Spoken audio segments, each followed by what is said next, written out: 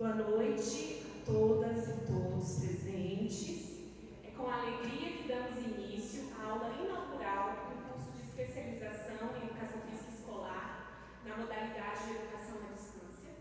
Este curso é uma iniciativa do Programa de Pós-Graduação em Educação Física da Universidade de Brasília, com o apoio de coordenação de aperfeiçoamento de pessoal de nível superior CAPES, e com acompanhamento e a gestão do Centro de Educação à Distância e Tecnologias Educacionais, SEAD-UNB. Este é um momento especial em que celebramos o conhecimento, o diálogo e os desafios contemporâneos da nossa área, em especial no que se refere à formação de professores e professoras da Educação Física Escolar. Meu nome é Evelyn Dias e terei a honra de conduzir a cerimônia.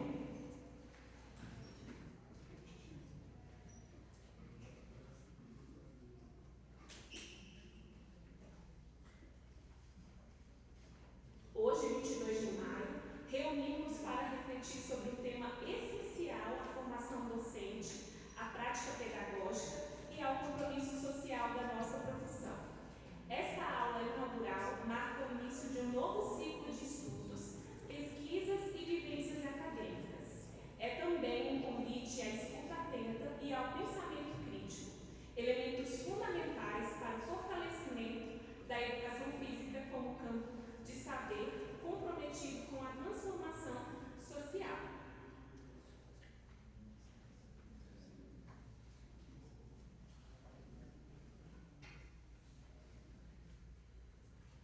Gente, eu me perdi aqui nos papéis. Vamos dar continuidade aqui.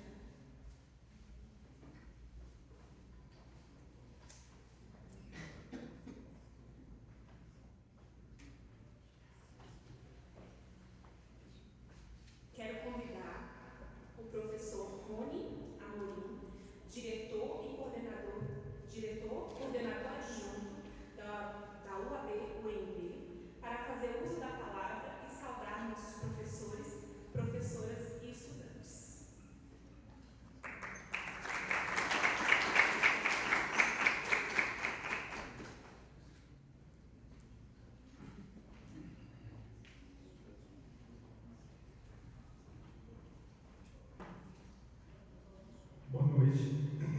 Boa noite a todos. Me chamo Rony, sou professor lá da Ciência e Tecnologia e Engenharia na antiga Faculdade do Gama. Eu prefiro chamar de Faculdade do Gama, porque eu sou gamense, né? Atualmente estou como coordenador adjunto da OAB, Universidade Aberta do Brasil, e estou representando o SEAD, o Centro de Educação à Distância e Tecnologia aqui da UNB. Falo também em nome da professora Alice e todos os colegas do SEAD.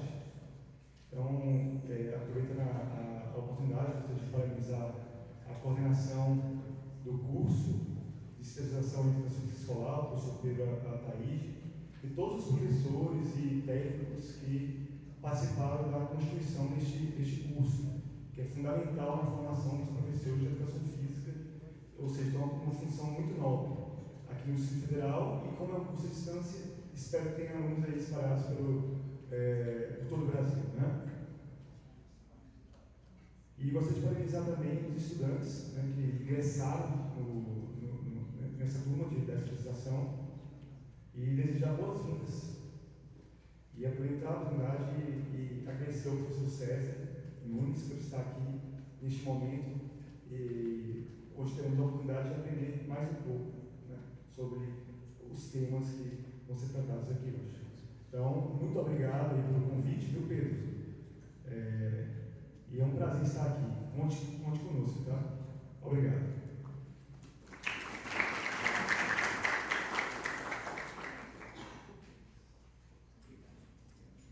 Muito obrigada, professor Rony, pelas suas palavras e pela presença. Convido agora o professor Pedro Ataíde, coordenador do curso de especialização em Educação Física Escolar, para também realizar uma saudação de boas-vindas.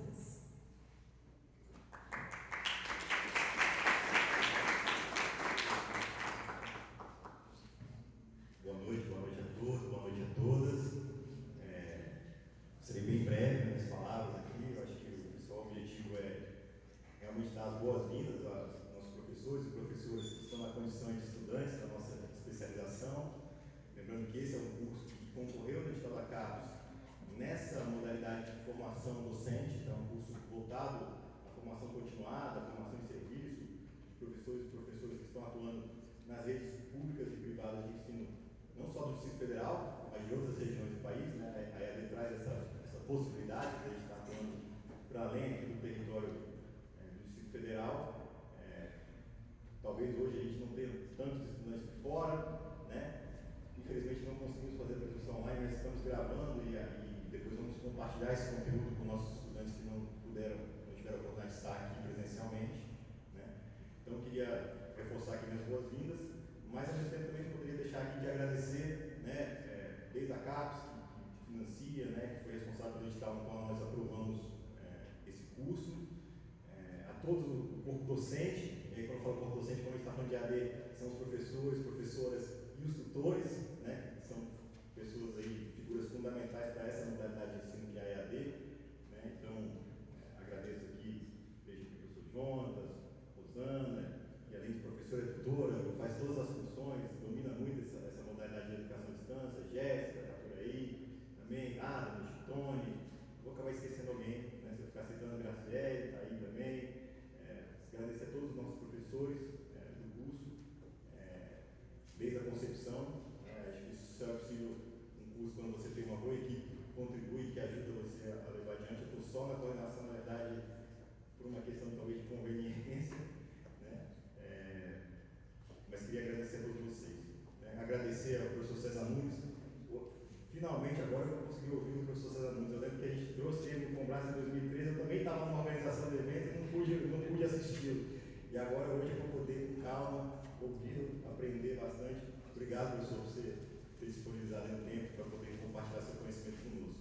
Tá? Então é isso. Desejar a todos vocês uma boa noite, uma ótima palestra e um excelente curso, né? Nosso curso está só começando, a gente tem aí alguns meses pela frente, então que seja um curso de muito enriquecimento para todos vocês, tá? E sempre colocar à disposição, na condição hoje de coordenador, estou à disposição de vocês por que for preciso. A gente passa nesse momento por uma greve dos técnicos, uma greve legítima, importante, e isso de certa forma afeta algumas questões administrativas de gestão. Peço nesse sentido a compreensão de vocês, mas naquilo que for possível atendê-los, a coordenação estará sempre à disposição. Bom, obrigado, gente. Boa noite.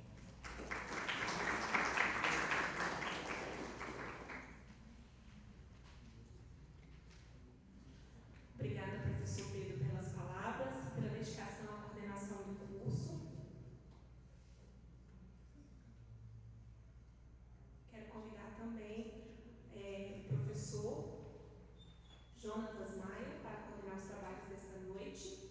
Ele é professor da Faculdade de Educação Física da Universidade de Brasília e coordenador do grupo de pesquisa Sínteses.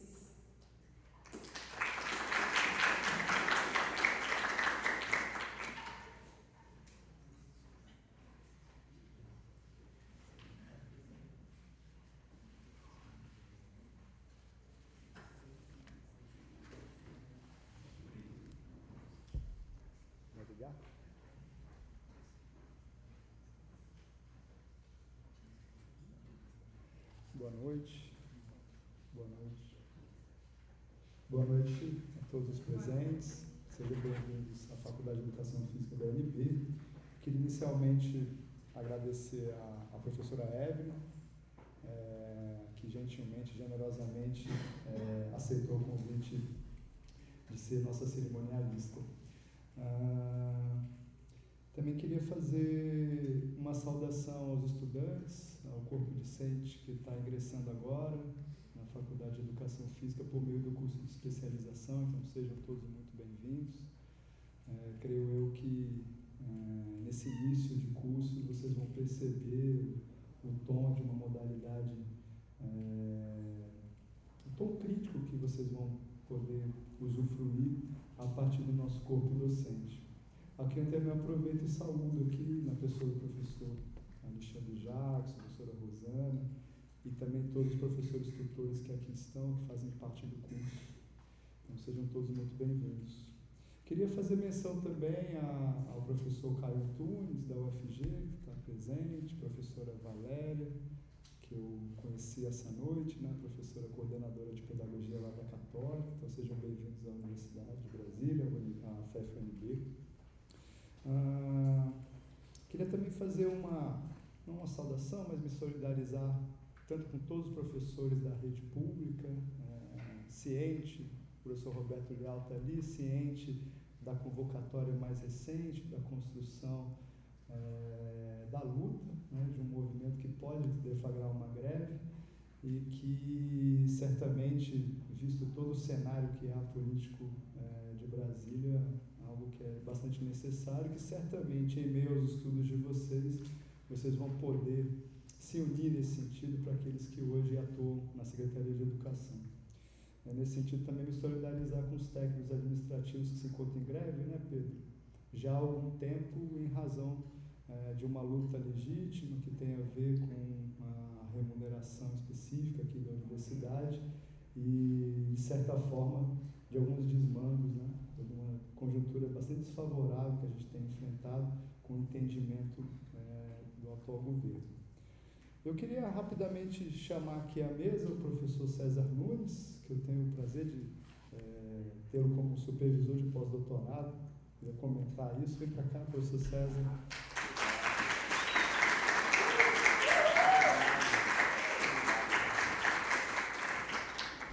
Obrigado. Então, professor César, seja muito bem-vindo. Eu vou apresentar protocolarmente o professor César, mas antes também queria mencionar isso que o Pedro falou, né? Eu tive poucas vezes, infelizmente, né? Pude ouvir o professor César, mas as poucas vezes que eu ouvi sempre foi fascinante. Uma delas foi essa, né, Pedro, que você fez menção. Em 2013, o professor César esteve no Congresso Brasileiro de Ciências do Esporte, na época sediado aqui em Brasília. Eu também perdi a fala do professor César porque eu estava na organização do evento, né, Pedro? Lá se vão mais de 12 anos. Então seja bem-vindo, viu, professor César? O professor César Nunes, ele é doutor em Educação pela Unicamp e obteve o título de livre docência em 2006, né? É professor atualmente da Faculdade de Educação da Universidade Estadual de Campinas, a Unicamp, reconhecido nacionalmente por suas contribuições no campo da filosofia da educação, destaques por suas pesquisas e produções voltadas à formação de professores, à política educacional, à sexualidade, à educação e aos direitos humanos. Atualmente é presidente do Conselho Científico, diretor do Instituto Nacional de Pesquisa e Promoção dos Direitos Humanos, e ao longo de sua carreira tem se dedicado ao debate crítico sobre os sentidos da escola, da docência e das políticas públicas educacionais, né? Ele traz como tema dessa palestra para a gente, que a gente vai aproveitar hoje, a especificidade da educação escolar, ciências do movimento humano, culturas corporais, políticas de educação e práticas pedagógicas. Eu queria combinar com vocês, eu já combinei isso com o professor César, queria combinar com vocês que a gente tem, né, aqui um deadline mais ou menos de 21 a 21h30 no máximo, diante aqui do horário que nós chegamos. Eu não vou também cometer qualquer tipo de indelicadeza aqui, de passar um papel para o professor César, né, de dizer para ele encerrar a fala dele, ao contrário, né? Tenho certeza que vocês vão perceber que a gente vai querer ouvi-lo ainda mais. E aí a gente faz o seguinte, né, conforme for vendo esse nosso teto, até porque o Santos joga 9h30 hoje, ele fala que eu não quero sofrer, eu sou santista, né? E há o sofrimento lá pela frente. O Santos joga hoje às 9h30. Mas brincadeiras à parte, a gente avalia isso. Ao final da fala do professor César, a gente avalia a possibilidade da gente abrir para o diálogo e, quem sabe, até produzir um debate. Tá bom? Mais uma vez, sejam bem-vindos. Professor César, tem um tempo que você achar necessário dentro desse nosso teto. Mais uma vez, obrigado pela presença. Muito obrigado.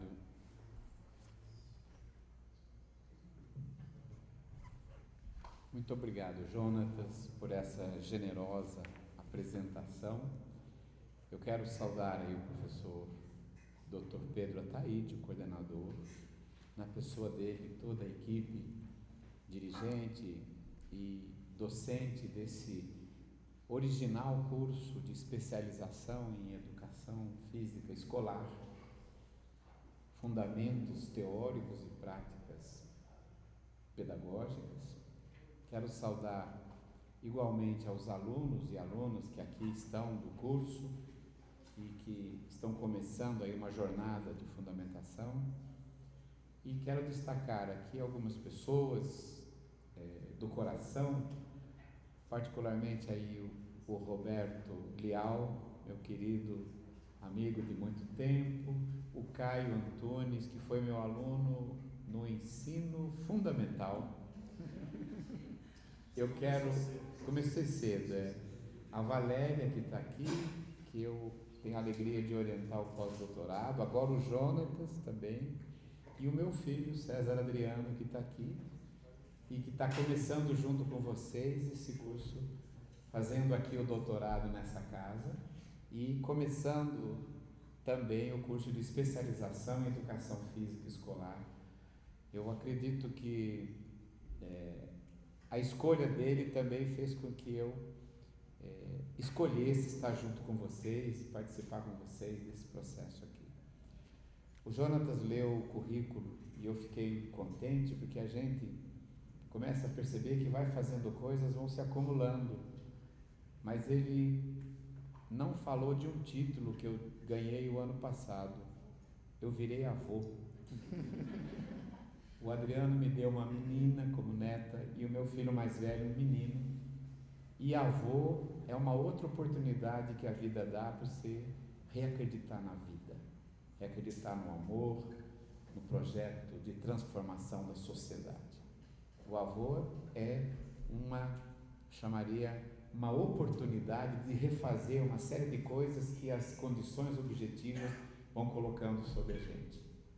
E aí é nesse processo que a gente também se revê, se refaz e se reprojeta.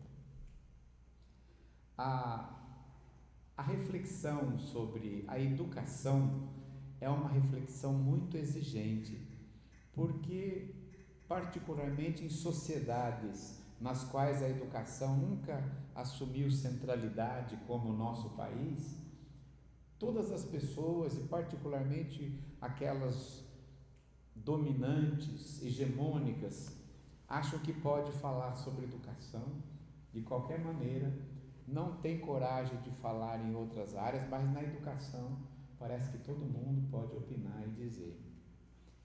E não é bem assim, a gente sabe que não, e a gente faz cursos sistematizados para que a gente aprofunde o conhecimento e amplie a visão de mundo reflexiva, histórica, para que ela seja projetiva e política. Eu tenho sempre contado no começo de uma reflexão como essa, de quem está começando a pesquisar, que entre as grandes alegrias que eu tive na minha vida foi que quando eu comecei o mestrado na Faculdade de Educação da Unicamp, em 1983, eu comecei porque o aeroporto internacional do Brasil era Viracopos, não existia Cumbica, não existia, o Galeão sempre está inacabado. Então todo mundo que partiu no rabo de foguete, como cantava Elis Regina, chegou em Viracopos. E eu fui buscar o Alfredo Sirquis, que criou o PV. Eu militava na Libelu, Liberdade e Luta. Cantava, me bate, me chuta, liberdade e luta, que hoje eu acho que não tem muito sentido, mas na época parecia que fazia sentido. E nós fomos buscar no aeroporto. O Betinho desceu e já pegou um avião direto para o Rio, a gente não pôde vê-lo. Mas a gente buscava as pessoas, vinha gente de São Paulo, e nós estudantes ficávamos gritando de um lado. E depois de buscar o Fernando Gabeira, que agora está falando umas bobeiras, né, na televisão Globo, né? Nós fomos buscar um homem chamado Paulo Freire. E a hora que o Paulo Freire chegou, ele deixou o palanque, que estava Dom Paulo Evaristo, o deputado Eduardo Suplicy, Ivan Valente, que era o primeiro mandato dele, e ele foi onde estavam os estudantes gritando pelo nome dele, subiu numa cadeira e disse: eu estou aqui para reaprender o Brasil. Todo mundo que tinha chegado tinha falado que a gente estava atrasado 21 anos por causa da ditadura e que vinha para nos atualizar. Paulo Freire inverteu: eu estou aqui para reaprender o Brasil. eu fiquei tão apaixonado. Eu já o conhecia pelas ideias, mas eu me apaixonei pela pessoa.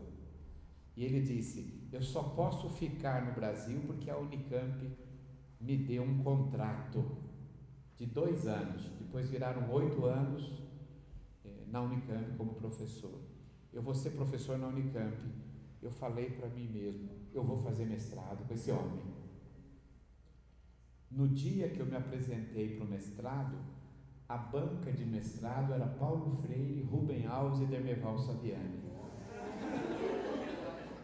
Vocês riram para disfarçar o nervosismo, porque se eu soubesse quem eram os outros dois, eu não teria me apresentado. Eu só fui pela paixão.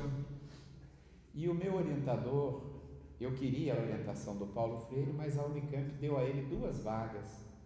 E ele escolheu alguém do grupo da Maria Nilde Marcelani, a mais importante educadora do Brasil naquele momento histórico, que fez as escolas vocacionais em São Paulo. E eu fiquei sem a orientação dele. O meu orientador acabou sendo o diretor da escola, o professor Pedro Görgen, ao qual eu agradeço muito. E o Pedro, depois de uns 3 meses, falou assim: você que gosta do Paulo Freire, pega o carro e vai buscá-lo em São Paulo, porque o motorista não sabe andar lá. Então eu fiquei 2 anos motorista do Paulo Freire. Eu fiz pedaço do meu mestrado na Anhanguera, porque não tinha Bandeirantes. Porque só de conversar com ele, no começo mudo, depois eu comecei. E eu o levava para São Paulo, no fim da tarde, com o maior prazer. Mas tinha um dia, Lial, que tinha extensão universitária etílica, que a gente tomava um certo líquido para acertar as ideias depois das aulas. Costume que tem sido abolido em muitas universidades, né? E eu não podia ir para a extensão universitária etílica, porque eu dirigia e tinha que levar o Paulo Freire. E ele ficava esperando uma filha que fazia doutorado para poder levá-la na carona, e ela demorava mais, porque o Paulo Freire podia ter uma flexibilidade. E ele ficava na biblioteca, lendo os livros. Lia. E um dia eu, ansioso, falei: professor Paulo Freire, o senhor não pode adiantar aí, chamar a sua filha para a gente ir embora, porque eu não sei sair de São Paulo depois da hora do rush. Ele falou assim: Cezinha, tu é muito ansioso. Fique quietinho aí que Fátima está chegando. Eu fiquei. Ele leu uns 40 minutos. E depois de 40 minutos, ele virou para mim e falou assim: Cezinha, estás vendo esses livros de capinha verde aqui? Eu falei: estou vendo, professor, eu enxergo bem. Meio bravo. São os mestrados. Estás vendo esse de capinha azul? Eu falei: estou vendo, eu enxergo bem. Ele riu e falou assim: pois é, Cezinha, de noite, quando apaga a luz, pelo cheiro do papel vem a traça. Mas em algumas dissertações de mestrado e tese de doutorado, nem a traça quer comer, de tão estéreis que são, que foram feitas para alpinismo acadêmico, para subir na carreira e não tem nada a ver com a vida, com a realidade, porque a única coisa que fundamenta a ciência é quando a ciência for procurada para entender a vida, para compreender o sofrimento socialmente produzido, para decodificá-lo e depois transformar em uma prática política de superação.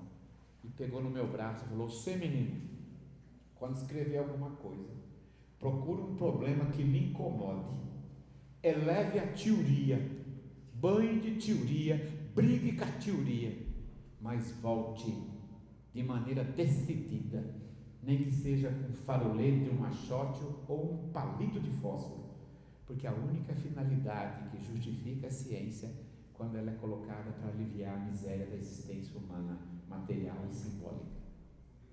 Então, isso marcou minha vida, porque foi 1 minuto e meio que marcou minha existência. Eu nunca mais saí desse paradigma, lembrando o conceito de paradigma, que é um pensamento simbólico, material, institucionalizado, que justifica, que representa e que motiva a gente a seguir em frente.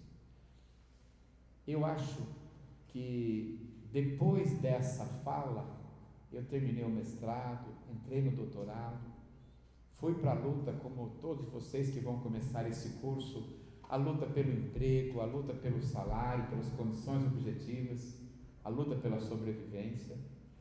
Eu saí com um diploma de filosofia e a ditadura militar tinha tirado filosofia do ensino médio. Eu não podia dar aulas. Eu voltei e fiz história, que era o que eu achava que era mais afim à filosofia. E ao terminar o estágio de história, 1 ano e meio depois, eu virei professor de história, porque não havia filosofia. E eu comecei a dar aulas na periferia de Campinas, no DIC, Distrito Industrial 4. Eu comecei a dar aula no Estado. Todo mundo começa substituindo gente no Estado. E ali eu comecei a dar aulas e eu percebi que eu sabia um pouco de filosofia, sabia um pouco de história, mas eu não sabia quase nada de ato pedagógico, de organização curricular, de teorias da aprendizagem, de filosofia da educação, de política educacional, de diretrizes curriculares, de prática pedagógica, de relações educacionais. Muito obrigado. E eu voltei para a universidade e fiz pedagogia. Então, quando eu ostento no currículo que tenho 3 graduações, filosofia, história e pedagogia, não foi por escolha diletante, foi por condições objetivas. Mas hoje, 40 anos depois, como professor, eu tenho clareza em dizer: há uma autonomia da dimensão pedagógica, há uma relativa autonomia da dimensão político-pedagógica, porque a palavra pedagogia, se não tiver uma sustentação anterior, ela fica um pouco imprecisa. Político-pedagógica. Há pessoas que sabem muito uma área do conhecimento, mas não sabem ensinar. Há pessoas que desejam ensinar, mas não conseguem ensinar. E isso tem que ser acompanhado não de um julgamento, de uma constatação, para que a gente saia do paradigma que acha que a educação é um dom, de que a educação é uma certa qualidade. A educação é uma prática social. E aqui a gente começa a refletir sobre a especificidade da educação física escolar. Não é possível compreender a educação física escolar sem um profundo conhecimento do campo educacional. A educação é uma área pluralista. O objeto da matemática é o número e o método. O objeto da física, da biologia, da química, de acordo com a epistemologia clássica, estão definidos. Mas o objeto da educação não está definido. Para você compreender o ser humano, você precisa, na dimensão educacional, estudar filosofia da educação, a construção de paradigmas filosóficos sobre a aprendizagem humana, sociologia da educação, o que o conhecimento, o que o saber e o conhecimento produz no processo de humanização, de hominização, evolução e de humanização. Hominização e humanização. Quem quiser compreender psicologia da aprendizagem, como é que uma criança aprende, o que ela sabe, o que ela deixa de saber, como é que ela se incorpora, como é que ela cresce na dimensão da antropologia educacional. E aí, a educação é um campo pluralista, pluridisciplinar. Só vai compreender bem a educação aquele que estudar todas as ciências que compõem a reflexão sobre a educação. E a educação física necessariamente tem que mergulhar primeiro na amplitude da educação como uma prática social e como um campo temático. E aí, nesse processo, eu gosto muito de um homem pouco lido e muito menos ainda bem entendido, chamado Sigmund Freud. Ele escreve: a educação é a prática de formar o homem para a vida em sociedade. A educação não consiste em técnicas de memória, nem de manipulação das mãos para fazer coisas.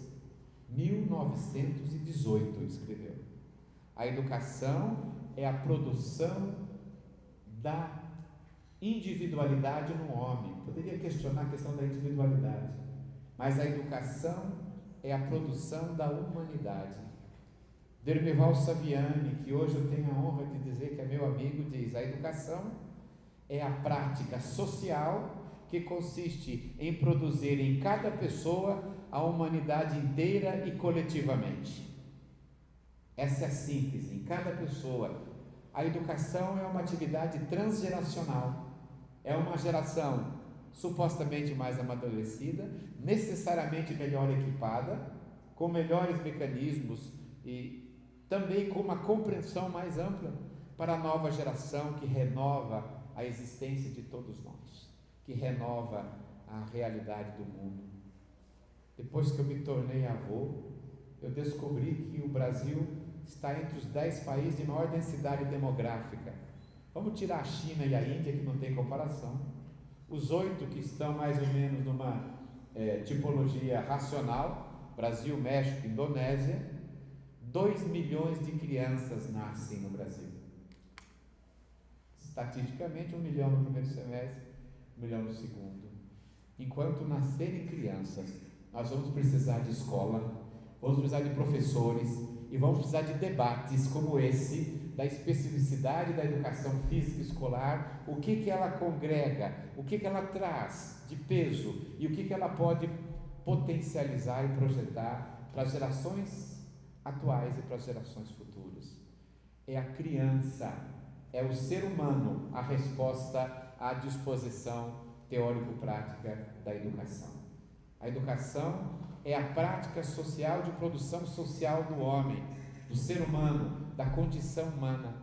Educar e humanizar, diz o Freud, são sinônimos. A educação é um processo de humanização, diz ele. E ele termina essa afirmação dele dizendo: se os homens soubessem o quanto é difícil educar, tratariam melhor seus professores.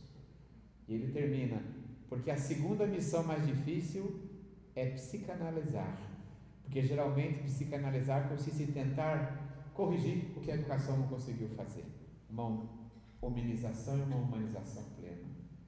Uma frase paradigmática, uma frase inspiradora de um autor que não é muito lembrado na prática educacional. Educação como processo de humanização, como construção, produção, apropriação singular daquilo que a humanidade coletiva e de maneira participativa, histórica, produziu. A educação é a aquisição da linguagem. A linguagem e as diferentes linguagens que hoje nós reconhecemos. A capacidade de aprender o mundo a partir de fonemas e grafemas. Fonema, a palavra escrita, fonema, a palavra falada, grafema, a palavra escrita. Símbolos com os quais nós construímos toda uma trajetória histórica, política. Então, somente com a identificação do campo educacional é que nós vamos entendendo a necessidade de lançar luz, a necessidade de definir silhuetas, categorias e conceitos para a marcha histórica da humanidade no campo da produção do conhecimento. Nós temos algumas dificuldades. Por quê? Porque a hegemonia histórica e política de um modelo de cultura, de um modelo de civilização, de um modelo de sociedade que se pretendia único e que hoje nós sabemos que não é único, cristalizou e consolidou uma reflexão teórico-prática sobre a educação, que a gente precisa conhecer para questioná-la e buscar superá-la na direção de outras perspectivas possíveis. Mas é preciso entender. Eu gosto do Sartre, Crítica da Razão Dialética. Primeiro, todo ser humano tem que conhecer o que fizeram dele. Nós não somos ingênuos. Somos resultado das aspirações dos pais, da família, da comunidade. Depois que você conhecer o que fizeram de si, você vai ter que escolher, mais ou menos esclarecidamente, o que é que você vai fazer com o que fizeram de você. E essa segunda atitude é que marca a originalidade de cada existência. Não é o que fizeram de si, é o que você vai fazer com o que fizeram de si. Essa dialética sartreana ajuda a compreender a educação. A educação é, portanto, a prática social de formação do ser humano. Mas a formação do ser humano não é única, não é contínua e genérica. A partir de um momento da história nós compreendemos que a humanidade, na verdade, não é uma unidade abstrata, de que os grupos humanos estão divididos por classes sociais, de que os grupos humanos estão divididos por interesses político-econômicos, que se cristalizaram em ideologias e formas institucionalizadas de reprodução das condições objetivas, ideológicas, supraestruturais da sociedade. E aí nós começamos a compreender um pouco mais da educação quando buscamos o recurso das ciências humanas e sociais, nas quais se destaca a história e a política. Particularmente, se vocês pegarem um livro de história, vocês vão ver a China, uma sociedade de 6.000 anos, brilhante, memorável. Até hoje a China é um fenômeno. Mas a China não produziu escolas. Na China não há escolas na antiguidade. Quem detinha o conhecimento técnico e filosófico teórico eram os mandarins, que era uma espécie de casta sacerdotal que assessorava todos os círculos de poder da China, a partir da experiência da definição dos símbolos gráficos.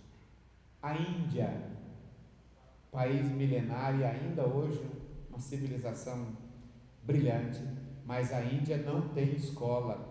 Tem os Vedanta, os Rig Vedanta, os Brag Vedanta, que são tradições escritas, decodificadas no século XIX, que uma casta de sacerdotes dominava e controlava para reproduzir unicamente as formas de vida da monarquia ou das monarquias hereditárias e das castas de nobres daquela sociedade. Ainda hoje mudou muito pouco uma sociedade milenária. Se vocês olharem a Mesopotâmia, cantada pela literatura e cantada até nas tradições bíblicas, Nabucodonosor, Assurbanipal e a criação do jardim suspenso da Babilônia. Eles fizeram jardins, mas não tinham escolas. Quem controlava o saber, escrever e ler eram castas sacerdotais. Nós conhecemos o Egito, hoje arabeizado. O Egito, norte da África, chegou a se transformar num potente produtor agrícola, produtor de catacumbas memoráveis, técnicas de mumificação, astronomia, ciência para entendimento do rio Nilo, para irrigação. Mas o Egito não tem escola. O Egito é uma sociedade onde os escribas mandam na escrita e no conhecimento tido como sagrado. Poderia dizer dos hebreus, um povo nômade ou seminômade, que teve a sinagoga, mas não tem escola. Era um lugar de formação religiosa. Quem inventou a escola foi Atenas, século V a.C. Atenas é alguns costumam dizer o pai, a mãe, essa maternidade, mas é o berço, de alguma maneira, da escola ocidental. Não há escolas em Atenas, há um modelo de escola paradigmático. Nós vamos ter uma outra escola em Esparta, uma outra em Tebas, mas em Atenas a escola nasceu depois de um fenômeno, depois da quebra da monarquia e da invenção da democracia. Eu tenho a alegria de levar os meus alunos e alunas, uma vez por ano, para algum lugar para ficarmos 10 dias fazendo aulas em algum lugar. O ano passado fomos a Istambul e Éfeso, a Valéria esteve com a gente. O outro ano para Roma, Florença, conhecendo Dante Alighieri, conhecendo os lugares. E o outro ano para Atenas. Nós fomos no lugar onde era a escola de Platão, o lugar que era a escola de Aristóteles, onde começou a democracia, onde eram os primeiros encontros. Porque Péricles, depois de Solon e Clístenes, Péricles extingue a monarquia fisicamente, não haverá mais reis em Atenas, e cria um regime político que ele chamou de democracia, o regime do governo dos aristocratas, uma assembleia de 500 pessoas que se reunia para o exercício da palavra, com pequenos comitês jurídicos e políticos para coordenar todas as funções da cidade. Quando eu dava aulas para o ensino médio, eu falava, Péricles inventou a democracia. Aí geralmente um aluno mais loquaz falava, Péricles, o pagodeiro? Eu falava, não era o pagodeiro, né? Era um outro, um legislador, né? E eu costumava brincar, Péricles, uma das primeiras medidas dele foi perdoar as dívidas, com isso ele ganhou muita popularidade. Eu acho que qualquer pessoa que perdoasse as dívidas, estava difícil, né? Ganharia muita popularidade. Mas depois ele militarmente extinguiu a monarquia e criou a democracia, que foi capengando até a destruição de Alexandre Magno, mas que foi o regime que mudou a visão de mundo mitológica. Os deuses é que mandam na nossa vida. A visão de mundo autocrática é a família real, sangue tal, que manda na gente. A democracia instaurou os fóruns da razão, instaurou os fóruns do debate. E para sustentar a democracia é que Atenas inventa a escola. A palavra escola em grego é lugar do ócio criativo, porque só podia ficar na escola os filhos da aristocracia. Os filhos dos gregos pobres ficavam na oficina, tecné, mas a escola era lugar da elevação aristocrática. A democracia é mãe da escola, para usar o paradigma familiar, e a escola é a irmã siamesa da filosofia. Foi para ensinar na escola que nasceu a filosofia, porque antes a filosofia não existia, a explicação ideológica do mundo era mitológica, eram os favores dos deuses, as alcovas divinas que explicavam todas as famílias e todas as formas. Agora, na nova realidade racional política, tem que haver uma nova justificação do ser das pessoas, do ser das coisas. A escola é a instituição para formar os filhos da aristocracia, só os homens. E a filosofia é a teoria da educação, para poder justificar por que a nova ordem tem que ser assim. Pouca gente dá algum crédito para um movimento de Atenas chamado sofistas. Foram condenados por Platão, que era um aristocrata. Platão era um aristocrata que morreu com 80 anos. Os tios de Platão tinham sido parte dos 30 tiranos de Atenas, né? Platão era contrário à democracia, mas ele estava engrenado nos interesses da cidade. Platão, eu sempre digo que ele morreu aos 80 anos numa balada, porque todos os alunos dele que faziam festa, ele ia na balada, morreu numa delas, com 80 anos.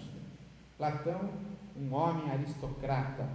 Platão vai criar a teoria política e a teoria pedagógica ocidental. Há um autor chamado Will Durant, um historiador, diz assim, tudo o que a humanidade fez foi notas de rodapé ao que pensou Platão. Ele é apaixonado por Platão. Platão, todo mundo que vai ler um texto de Platão, lê o livro 7, o mito da caverna, da grande obra de Platão, A República. Eu recomendo que vocês leiam o livro 4, porque no livro 4 ele diz, antes os deuses governavam o mundo, e as pessoas acreditavam nos seus humores. Hoje, por que alguns têm que governar e outros têm que obedecer? Que alguns têm que legislar e outros têm que guardar? E alguns têm que produzir e outros têm que ensinar? Porque há diversidade social. E Platão inventa uma explicação. Eu falo inventa para fortalecer, ele cria, sistematiza, dizendo que o ser humano é uma dupla realidade. É uma alma, que é uma sistematização original de Platão, que é um princípio pré-existente, um princípio eterno, abstrato, acoplada num corpo, que é uma dimensão sensorial, que é uma dimensão perecível, e que o ser humano é essa dupla realidade. É de Platão a primeira ontologia que define o ser humano, uma dualidade clivada, um espírito bom, predisposto a ser igual à ideia, e um corpo perecível que tem que ser condenado e contido, que é cheio de sensações e inclinações. É da ontologia grega ateniense que nós temos essa clivagem na nossa cabeça, que até hoje a gente fica sofrendo como a gente sofre para poder explicar, porque as palavras vão tomando como se fossem a realidade. A concepção platônica define que o ser humano tem 3 almas: uma alma intelectiva, cuja centralidade é o cérebro, uma alma irascível, que é a alma dos amores e humores, que é no coração, e uma terceira alma que é concupiscível, que é da barriga para baixo. Ele diz: os que nascem com alma intelectiva são os eugenioi, Eugênio, grego, os bem-nascidos, a aristocracia. Esses têm alma boa, por isso podem ser juízes, podem julgar, têm que trabalhar como representantes, falantes. Os que têm alma irascível, que quer dizer cheia de sentimentos, que se localiza no coração, são predominantemente os comerciantes e os militares, que têm que ser educados para serem corajosos, senão serão covardes, e honestos para não ser ladrões. E da barriga para baixo são os geômoros, geomoros, os pés de barro, os homens comuns, os que não têm alma boa, e por isso eles têm que se dedicar às condições tipicamente formais, operacionais da sociedade.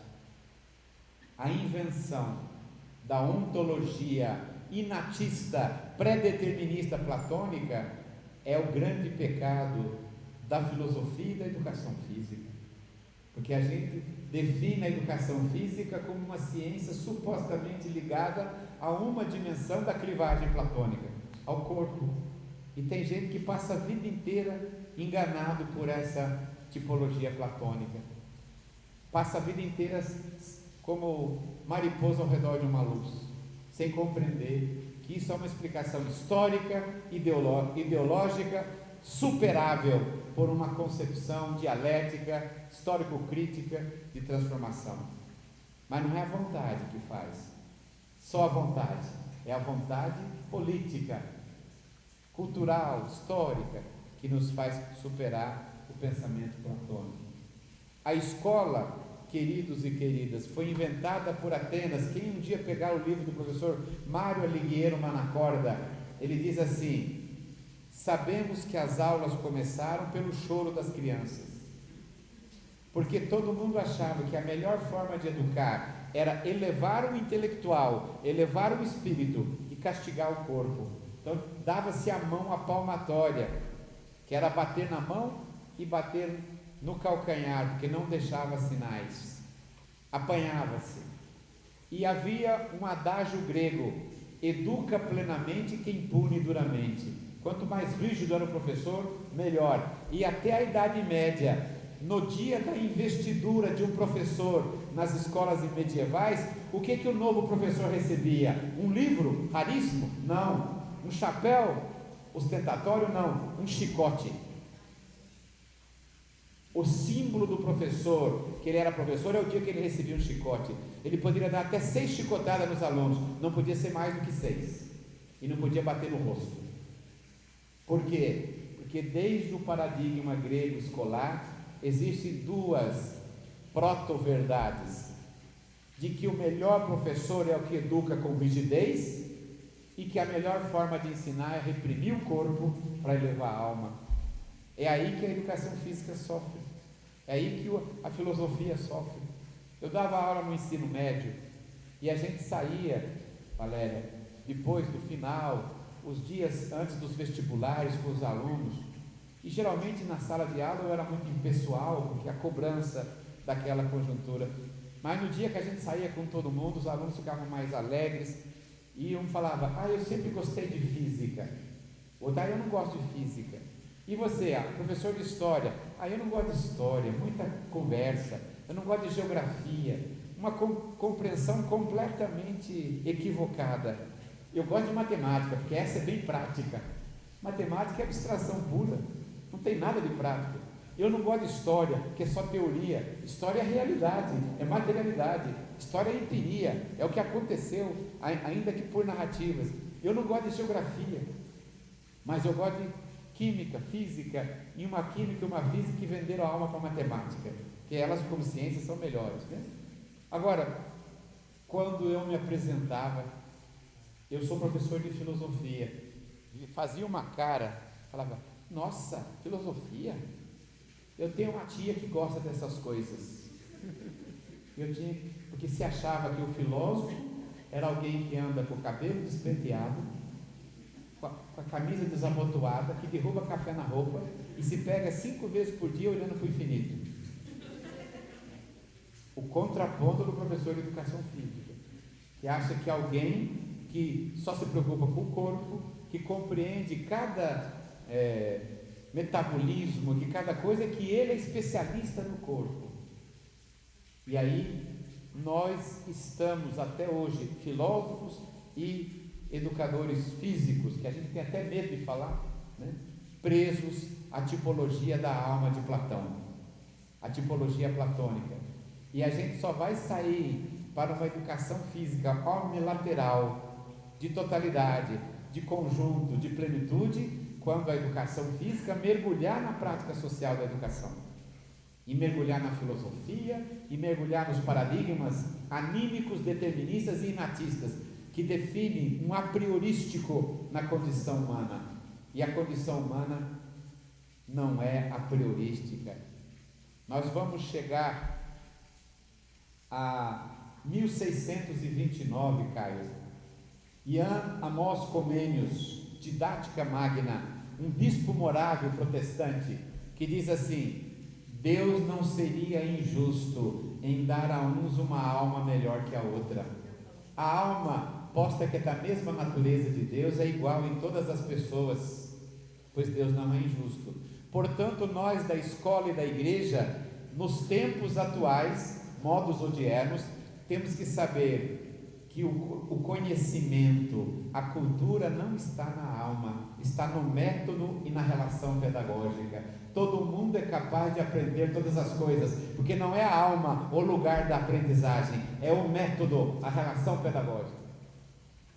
A educação física só vai se libertar, como a filosofia, da tipologia inatista, clivada, quando a gente chegar à síntese de que todo mundo é capaz de aprender todas as coisas, de que não há uma natureza separada de um espírito, de que o homem, como dizia o grande Mouro, que dizia, é matéria que pensa, é matéria que ama, é matéria que sente, é matéria que pensa, que reflete, que cria.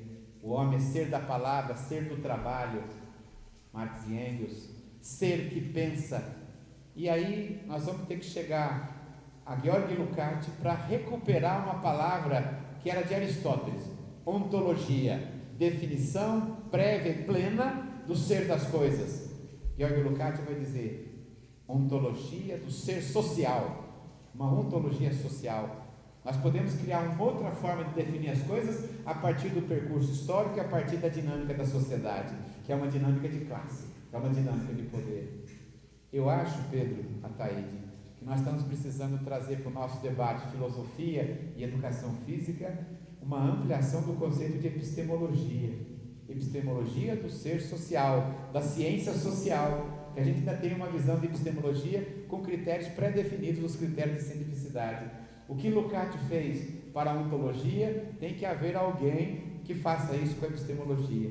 Porque mesmo estudiosos progressistas ainda acham que há um paradigma de cientificidade único, positivista, das ciências naturais, e querem jogar a educação física dentro de uma cientificidade positivista. Alguns querem afastá-la, alguns querem jogá-la numa cientificidade biologista, determinista, biomecânica e todas as disposições que vocês conhecem melhor do que eu. Nós precisamos compreender os conceitos e categorias clivados de uma identidade histórica para buscar a sua superação. Eu levei um susto quando em Portugal eu aprendi que a palavra aquário em português é lugar de muita água para tomar banho, e piscina é lugar de criar peixe, porque piscis é peixe, piscina é lugar que se criam os peixes, aquário, lugar que se guarda água para tomar banho. Com o tempo histórico, essas duas palavras mudaram de sentido. A piscina hoje é lugar de tomar banho e o aquário é lugar de guardar peixe. Então as palavras, eu estou falando palavras, mas os conceitos, os fonemas, as categorias, elas são historicamente transformáveis. E a gente precisa lutar, porque a primeira dimensão de physis em grego, que dá origem de física, é natureza, aquilo que segue a dinâmica da natureza. A primeira etapa da filosofia, eles são conhecidos como os físicos: Demócrito, Anaxágoras, Anaximandro, Anaxímenes, Parmênides, Zenon, porque eles querem encontrar o princípio material primordial do universo. A palavra física era muito mais abrangente antes de Platão. Depois de Platão, ela ficou com uma conotação pejorativa, sensorial, perecível, porque se exaltou a compreensão da identidade animista, anímico-psicologista. Se Platão fez uma teoria tão pesada, o seu aluno Aristóteles foi mais forte ainda. Aristóteles vai seguir Platão 20 anos, e depois de um problema pessoal, porque ele achou que ele ia herdar a escola de Platão, a academia, porque era o aluno mais destacado. Platão, numa armadilha aristocrata, entregou a escola para o seu sobrinho e não entregou para Aristóteles. Aristóteles tem uma frase: amo Platão, mas amo mais a verdade. Amo Plato, sed plus veritatem, amo mais. E foi embora e criou uma outra escola, a escola peripatética. Mas Platão em muitas coisas avança, em outras Aristóteles não consegue avançar. Ele continua nos paradigmas gregos. Ele vai melhorar um pouco a compreensão da relação entre abstração e matéria. Ele diz: nada está no intelecto que primeiro não esteja nos sentidos. O ser humano tem sentidos. Nihil est in intellectu quod prius non fuit in sensibus, em latim.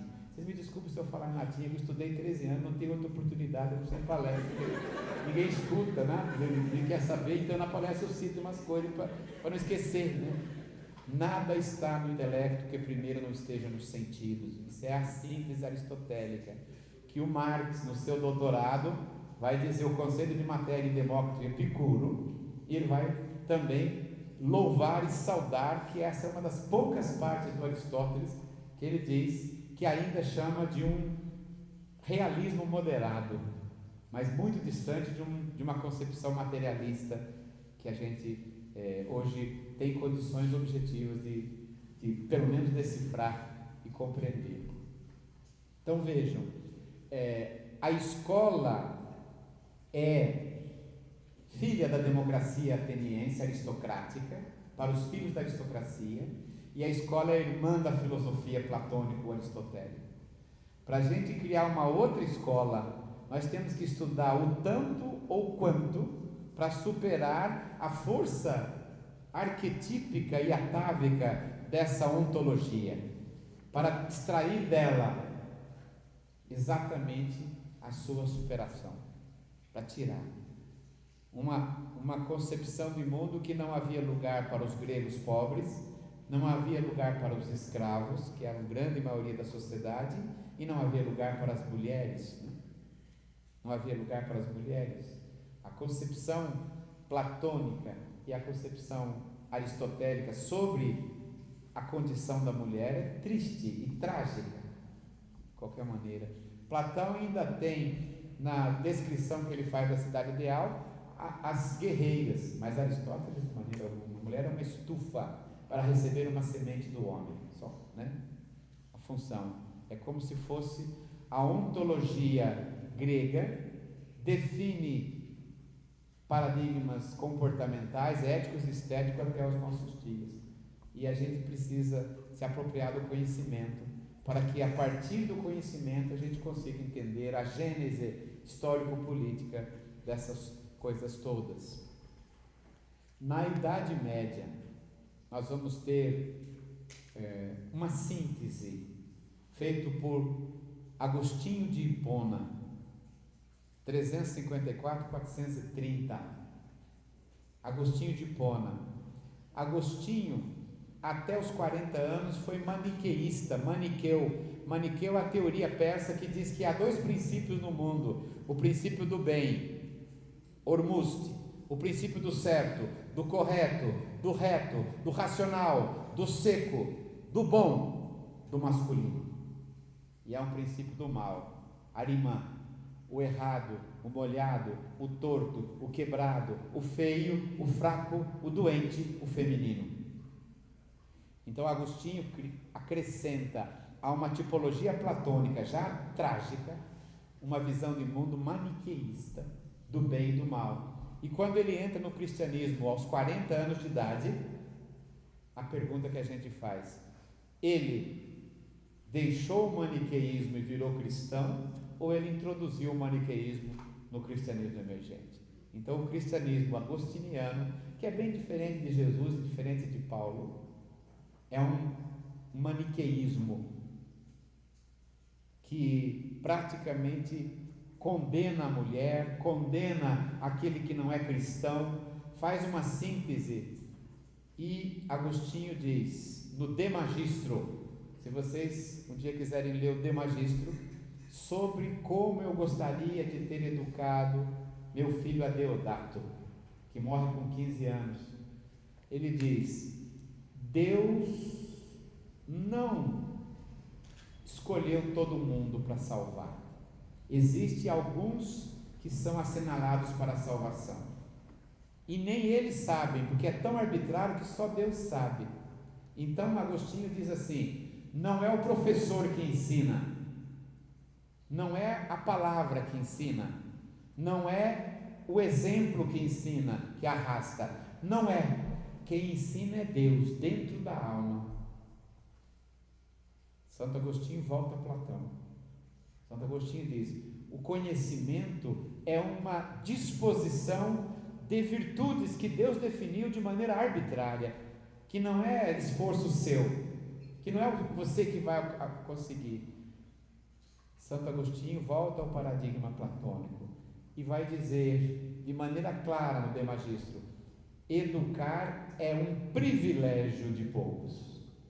Privilégio. A cristandade tem duas escolas, Pedro: a escola palatina, formar os nobres do palácio; a escola episcopal, formar os seminaristas para serem clérigos. A escola da Idade Média não tem mulher, não tem os homens pobres. O primeiro filho era para ser herdeiro, só o primeiro filho era herdeiro na Idade Média. O segundo filho era para ser padre, e o terceiro ia para a universidade. Era quem não tinha vocação e não tinha herança ia para a universidade, o desocupado. A universidade era a forma de cooptar o terceiro filho masculino da nobreza decadente medieval. Era essa a sua função institucional desde a sua origem, século XI e XII. Agora vejam, a escola medieval reforça, fortalece e universaliza a ideia de que a educação é privilégio, de que a educação é dom, de que a educação é escolha de Deus, de que a educação é desenvolvimento único.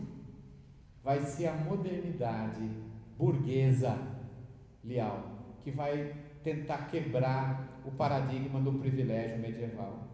Os modernos vão dizer: todos os homens nascem livres e iguais. Não porque acreditassem nisso, porque precisavam do apoio das classes do terceiro estado em França para enfrentar uma realeza forte, uma família forte, para enfrentar um clero muito forte que mandava no poder e na hereditariedade. Na Inglaterra, a Revolução Burguesa é muito mais rápida, porque a realeza estava dividida em duas casas. A igreja tinha sido quebrada por Henrique e foi muito fácil decapitar o rei James I, fazer um acerto e fazer uma revolução burguesa, escrever uma carta. Estou sintetizando. Na França levou mais 100 anos, e para trazer o terceiro estado, para transformar, é preciso dizer algumas palavras de ordem. Se na Inglaterra, por John Locke, os direitos naturais eram liberdade,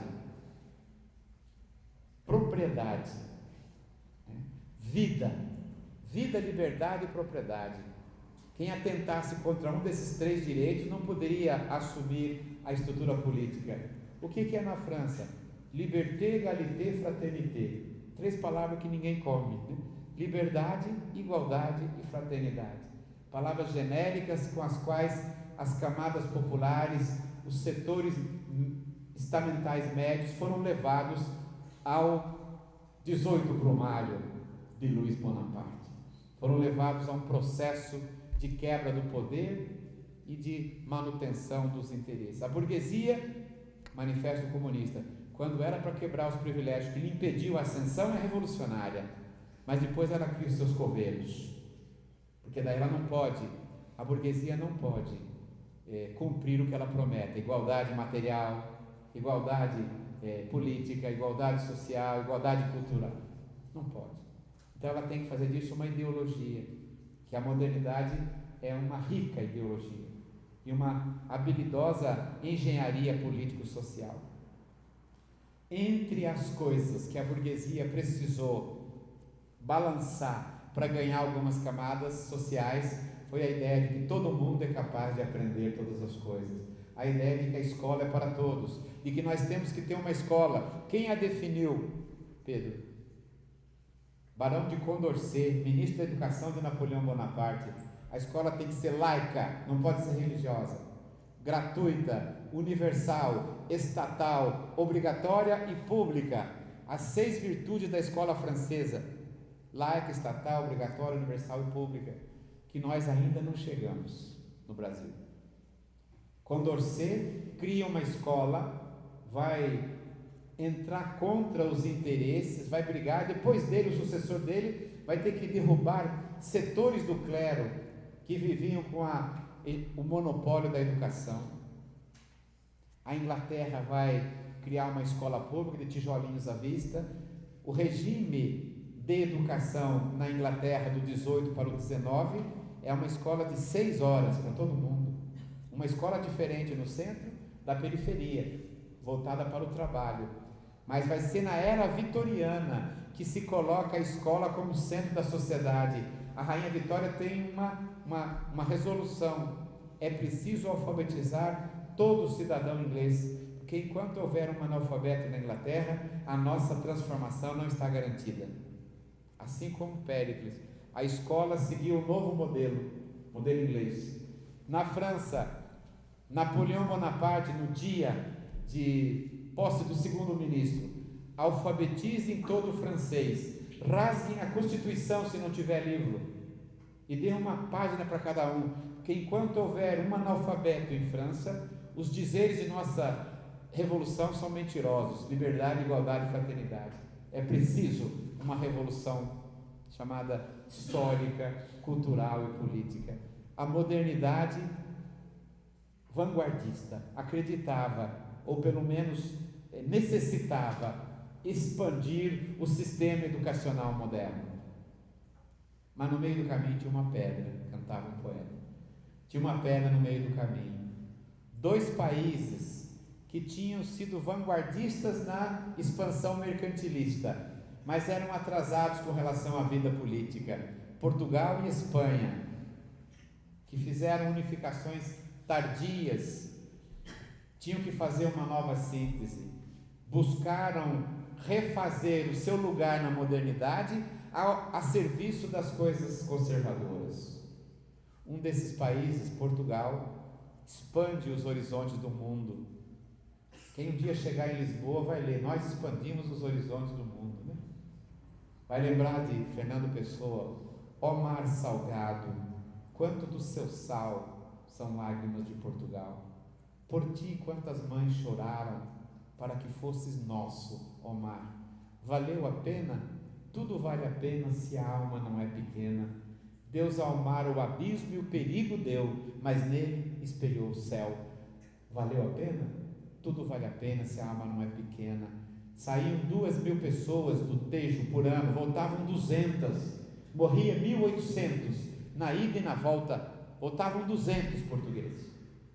Por isso Portugal, quem um dia for a Portugal, compre essas toalhinhas que tem os versinhos das meninas, né, dizendo, né, o meu amor, com mudanças de letras, é o sofrimento. Portugal é só tragédia. O sentimento português é trágico. E Portugal, que expande as auroras do mundo, acaba sendo modernamente uma aurora malograda. Ele aqui reconstrói um Estado quase absolutista, aqui recria o Estado português. Há um único Estado nas Américas que é império, é só o Brasil. Os outros nasceram repúblicas. O Brasil é monarquia escravocrata, uma marca que já tinha sido superada. Não há em nenhum lugar nome de barões e viscondes, a não ser no Brasil. Uma experiência de 300 anos, quase 400 anos. Ainda o império, por 80 anos, continua sobre o corpo do negro e da negra. Porque o que faz a riqueza não é o ouro, não é o metal, é o trabalho. Foi o corpo do negro e o corpo da negra que foi o fundamento do capitalismo. No dizer de Eduardo Galeano, o ouro deixou buraco nas Américas, igrejas em Portugal e Espanha, e financiou a Revolução Industrial Inglesa. Foi a escravização que fez o capital primitivo, para que o capital tivesse possibilidade de transformar no que era proeminente e vanguardista. Foi a morte, a necrofilia, a destruição de um continente inteiro e das comunidades ameríndias, das comunidades originárias do Brasil. É cruel e violenta a dominação portuguesa. E aí, nós vamos ter na modernidade, ao invés de termos um modelo francês, escola laica, gratuita, estatal, obrigatória, pública, e o modelo inglês, preparatória para o trabalho, nós tivemos a reconstituição da escola medieval, reconstituição da escola que já tinha sido questionada historicamente. O dia que vocês puderem pegar o Ratio Studiorum Societas de Jesus, programa de ensino da Companhia de Jesus, né? Outra vez o latim, tem um dos seus preceitos, Jonatas, máxima educationes fecit obede sicut perendiaque cadaverum ad maiorem Dei gloriam. O máximo da educação consiste em fazer com que uma criança lhe obedeça como um cadáver sem vontade própria para a maior glória de Deus. Educar para o modelo jesuíta é incutir obediência. E até hoje ainda prevalece nas formações de professores tradicionais a ideia de que o bom professor é o que tem o controle da sala, que todo mundo obedece. E tem professor que tem labirintite pedagógica. Se uma criança se levantar e falar, ele cai. A criança tem que ficar sentada e calada, porque é um modelo de formação jesuíta. O segundo princípio jesuíta, perfecta emulatione inter pares corressio fraterne, paulatine fortuit diligente. Se você quiser que os alunos cresçam, coloque entre eles uma santa competição pela nota e pelo comportamento, de modo que nunca fiquem contentes com o estágio que acabaram de atingir. sempre frustrados. Emulação, meritocracia, mãe da meritocracia. Terceiro princípio, de doutrina et similibus non est disputando. Sobre doutrina e coisas semelhantes, não coloque em debate. Principia latina regit, qui alumine surget, magister dixit causa finita. O princípio latino deve reger quando o aluno perguntar alguma coisa. O professor falou, acabou o debate. Magister dixit causa finita. Então a escola da obediência, do adultocentrismo, do magistocentrismo, da meritocracia, do meio décimo, do avaliativismo, da ideia de que o conteúdo é sagrado, da absoluta dependência magistrocêntrica do professor, é a escola jesuíta, é a escola da dominação, é a escola dos nossos dominadores. Não é a escola, a educação física escolar que a gente precisa. É o modelo de educação dominador, meritocrático, magistrocêntrico, emulativo, disciplinativo, vigilante, punitivo, darwinista social. Os melhores têm que chegar, que fazem isso. A escola jesuíta fez modelo. Às vezes as pessoas pensam que basta uma leitura pontual para modificar o modelo histórico, né? Uma escola de Campinas, perdendo muito alunos nos anos 90, escreveu: deixaremos o modelo tradicional e a partir do ano que vem somos montessorianas. Quem que vira montessoriano de um ano para o outro? Maria Montessori é uma educadora, tem um modelo, tem limites, né? Namorou Mussolini, né? Mas Montessori namorou Mussolini, é médica, tem um determinismo, mas ela quebrou muito da educação infantil naquele momento histórico, avançou, mas ainda não é o modelo das camadas populares, ainda não é o modelo dos trabalhadores, né? Maria Montessori é um outro modelo, e é preciso entender as escolas burguesas não diretivas, Froebeliana, Pestalozzi. Nós vamos ter que a escola de Summerhill, a escola nova, John Dewey, que ainda não é a escola que os trabalhadores precisam, que é uma escola avançada com relação à tradição, mas ainda uma escola secundária de incorporação às tradições da sociedade burguesa. Agora vejo,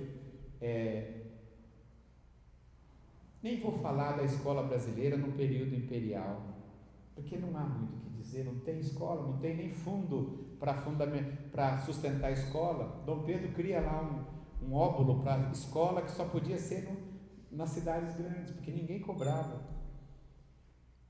Vocês querem pensar comigo que o Ministério da Educação do Brasil foi criado em março de 1930.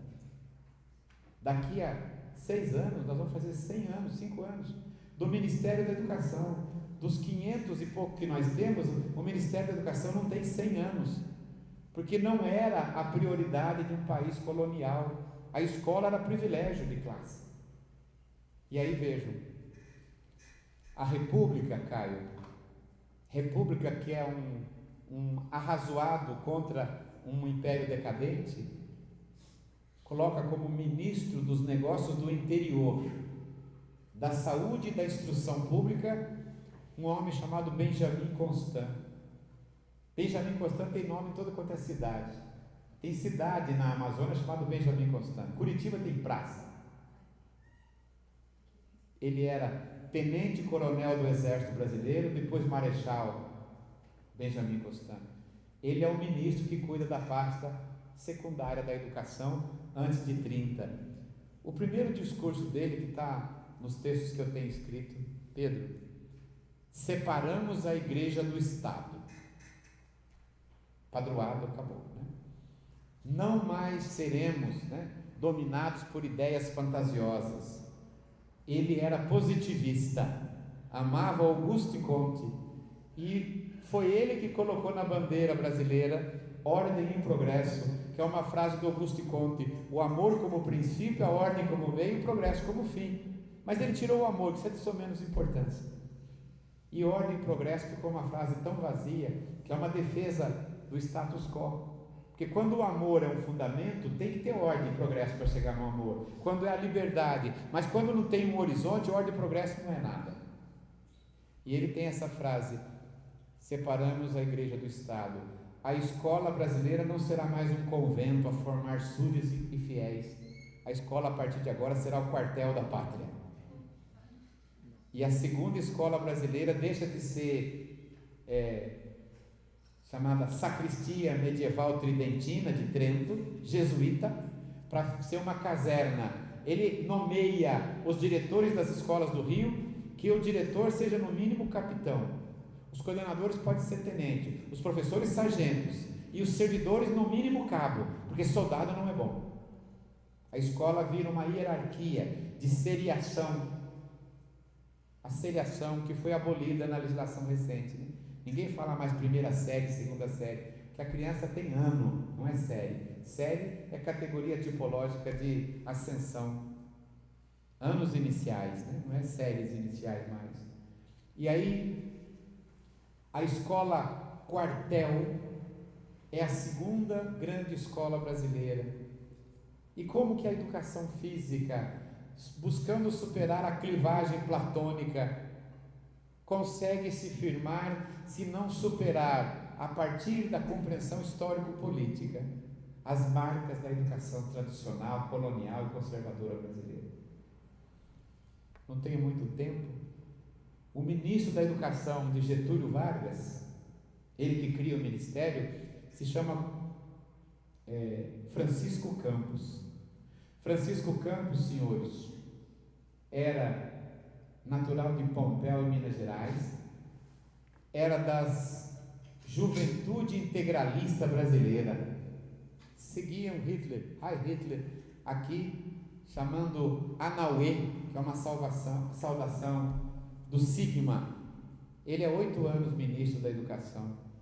E o que diz Francisco Campos? Eu, quando fiz essa pesquisa, peguei um programa radiofônico, Caio, por isso que a minha tentativa meio teatralizadora de lembrar como ele falava. Ele diz assim: a escola brasileira é irmã da fábrica moderna. Estão chegando as fábricas para modernizar o Brasil. Tem que haver escola onde há fábricas, porque a função da escola é expandir os talentos necessários ao desenvolvimento industrial brasileiro. Eu colocaria retardado.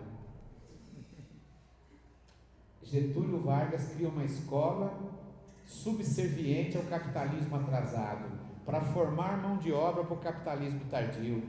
E aí dota a escola com o mesmo ardiloso mecanismo anterior: prova toda semana, prova bimestral, prova semestral, exame final, o terrível exame de admissão ao ginásio, que hoje se repercute como modelo do vestibular. Vestibular não mede inteligência, não mede cultura, não mede criatividade, nem predisposição para pesquisa.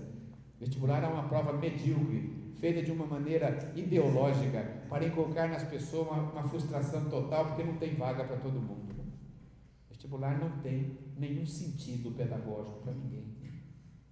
Tem para a classe média, para justificar toda essa ideologia macabra de acesso ao conhecimento. Nós vamos ter a escola do trabalho de Getúlio, também não é uma escola que a educação física escolar emancipatória deva defender. Tem que ser uma escola para a vida, para outro modelo de trabalho, para uma sociedade de superação dessas condições. Jarbas Passarinho cria a 5ª escola brasileira. Pegue a 5692/71, quebrando a 4024, que era uma lei que foi debatida por 16 anos, Clemente Mariani.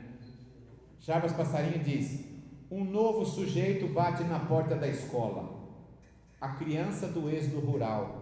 Nós modernizamos o Brasil, acabamos com a corrupção, a Revolução de 64. Os pobres vieram para a cidade, temos que fazer sistema de habitação e escolas, deixando um equipamento social para que eles tenham escola. Não essa escola europeia, mas uma escola como a grande República do Norte, preparatória para o trabalho e para a civilidade social. E é Jarbas Passarinho, em 71, que faz uma reforma curricular da escola clássica e conservadora do Getúlio. Tira francês, tira latim, tira grego, tira história geral, geografia geral, cria matemática, tira gramática, retórica, literatura e coloca para pobre. Estudo dirigido em português, teoria dos conjuntos, geografia basta alfabetização geográfica, história agora virou estudos sociais, que não é nem história nem geografia, e tem licenciatura curta, pode ser feita em 2 anos na faculdade Beira de Estrada. Quem desidrata ciências humanas, quem destrói o currículo da escola não foi Paulo Freire, foi a ditadura militar. A ditadura militar acabou com a qualidade conservadora, getulista, que é triste dizer que Carlos Drummond de Andrade também foi filiado ao Partido Integralista Brasileiro. Foi secretário de Gustavo Capanema, embora depois tenha feito tudo para superar, mas a gente fica com algumas coisas que ficam no coração. Não era possível que um homem daquela sensibilidade não entendesse o que é o integralismo, a proposta fascista de dominação nacionalista. Agora, Jarbas Passarinho desidratou a escola e acabou com a formação de professores, Pedro. Autorizou faculdade em Beira de Estrada, literalmente, com 8 disciplinas para ser professor e uma para bacharelado. Didática, metodologia, legislação e uns nomes, Valéria, que é coordenadora de pedagogia, horríveis. Struto Func 1, Estrutura e Funcionamento em Primeiro Grau, Struto Func 2, que é um absurdo. Ninguém vira professor por fazer 8 disciplinas didáticas. Ser professor é uma vocação histórica. Vocação não é que Deus chamou, é a história que chama. É a concepção da sociedade, é a definição política, político-pedagógica. Eu tenho um aluno meu, que a Valéria conhece, o Caio conhece, chamado José Henrique Rodrigues Torres. Ele está fazendo doutorado. Ele se apresentou para fazer um mestrado.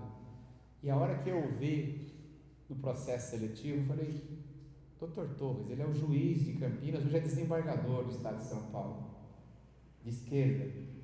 Doutor, por que o senhor está querendo fazer um mestrado? O senhor escreve no jornal, se o senhor quiser, o senhor tem a palavra, por quê? Ele pensou um pouco, falou, César, porque juiz punitivo eu já sei fazer. Se alguém atacar a questão da mulher, eu uso a Maria da Penha. Se alguém atacar tal coisa, eu uso. Mas o Brasil precisa de juiz educador. A gente precisa de mais de educadores do que de punição. A gente precisa de gente que forme a pessoa, que forme de dentro para fora.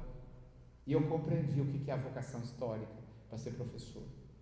É um chamamento dos desafios políticos postos pela sua classe, para a sua visão. E aí, nós tivemos um último embate. Depois de reconquistar o Estado de Direito, que ainda nós estamos lutando por ele, com a Constituição de 88, nós abrimos 2 caminhos, Lial. Um caminho, aquele trilhado pelo bloco histórico dos sindicalistas, das comunidades de base, dos artistas, das lutas dos seringueiros, das mulheres, dos negros, dos homossexuais, homoafetivos, LGBTQI+, de todo mundo que se uniu na superação da ditadura militar, de uma sociedade de direitos.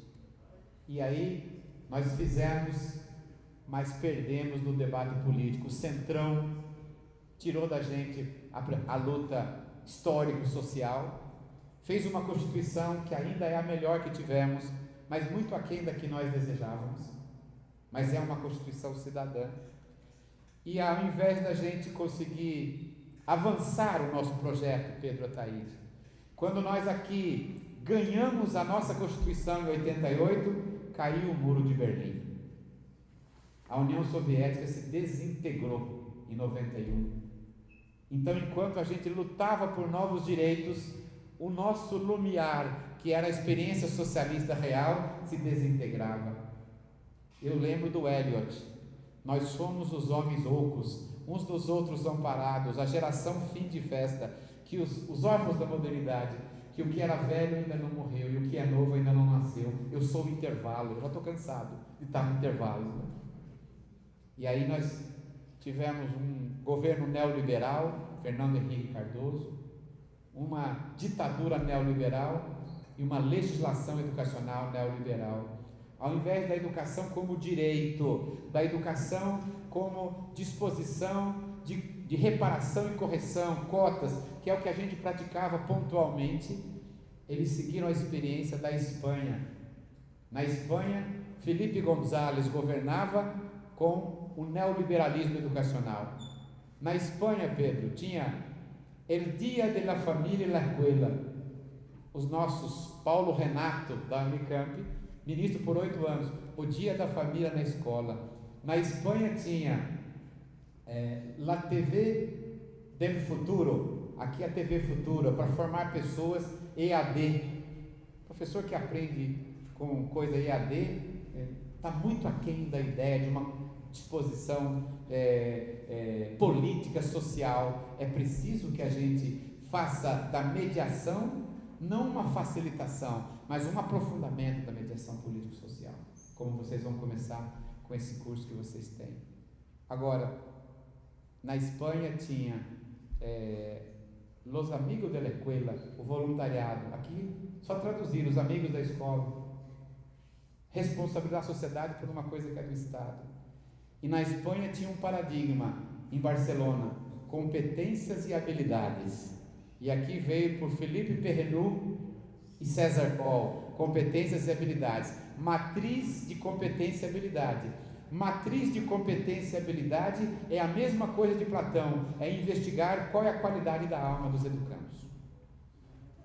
Só é possível alguém fazer uma pedagogia transformadora quando a gente superar a ideia de competências e habilidades. Onde eu identifico competência, onde eu desenvolvo habilidades. Isso é novamente Platão, é novamente a Idade Média, é o privilégio. Então nós temos hoje uma encruzilhada, uma escola dos direitos, ainda tentando se firmar, e uma escola das competências e habilidades. Os segmentos mercantilistas da educação brasileira, que já tinham dominado o ensino superior, quiseram entrar no ensino médio, para fazer o empreendedor individual, para flexibilizar os direitos trabalhistas, para construir a ideia de projeto de vida. E aí eles fizeram um estupro na legislação brasileira, 2015, 2016, né? Praticamente. Fizeram uma BNCC da educação infantil e fundamental e uma reforma do ensino médio. O ensino médio faz parte da educação básica. Não tem como, é voltar 40 anos atrás, é não respeitar a tradição.